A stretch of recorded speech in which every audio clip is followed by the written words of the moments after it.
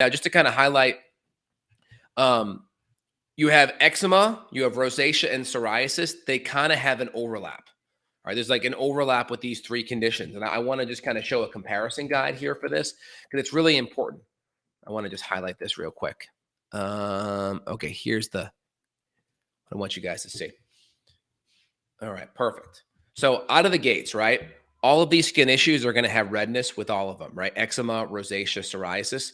They're both going to itch, right? So there's going to be similar out of the gates. The big thing with psoriasis, you're going to see a lot of the silver and white scales. That's going to be psoriasis. And the difference with rosacea is you're going to see a lot more flushing across the skin, right? Both are going to have dry skin. Both can have raised bumps. Psoriasis sometimes raised. Here says none. But the big issue, rosacea, more of a flushness with the redness. Psoriasis, more of the silver scaliness. So that's the big difference. Just so if someone's like, well, what do I have, right? That's kind of the big thing out of the gates there. Hope that makes sense.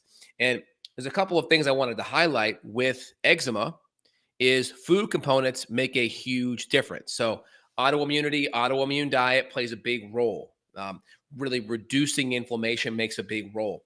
Trying to cut out a lot of the scents and fragrances can play a huge role. So of course, like free and clear types of laundry detergent, you can do All has a free and clear, 7th Generation has a free and clear. There's all kinds of different brands that have a free and clear.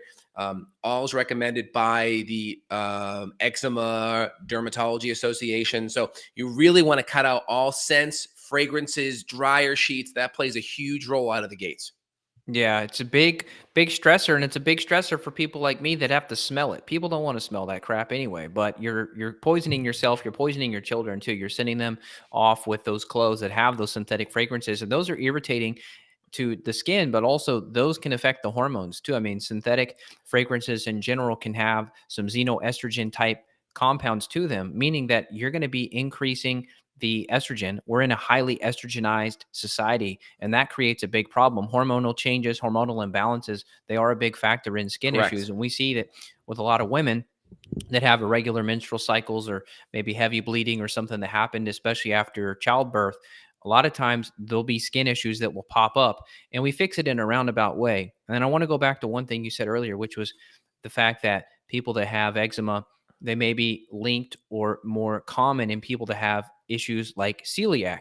And that, of course, takes you to the big gatekeeper of these skin issues, which is the gut. And so you and I have found with hundreds and hundreds, now we're into the thousands of clients between us, that the major way to fix the skin is to obviously do some of the easy low hanging fruit, like you said, get rid of scented detergents and all of that. But it's really Hmm. focusing on the gut, because if you have gut infections, I mean, if you even look at like some of my very, very old, earliest YouTube videos, when I had H. pylori and other gut infections, my skin was nowhere to where it is now in terms of my skin health. My skin health in the last 7 years has gotten way better.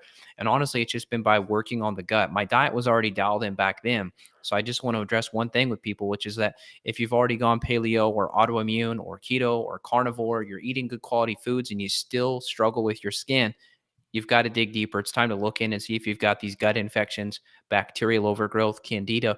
All these things inside of your gut are going to be making toxins, disrupting your gut barrier. So I don't care how much bone broth you drink, you're not going to fix your skin if you don't fix these infections. Absolutely.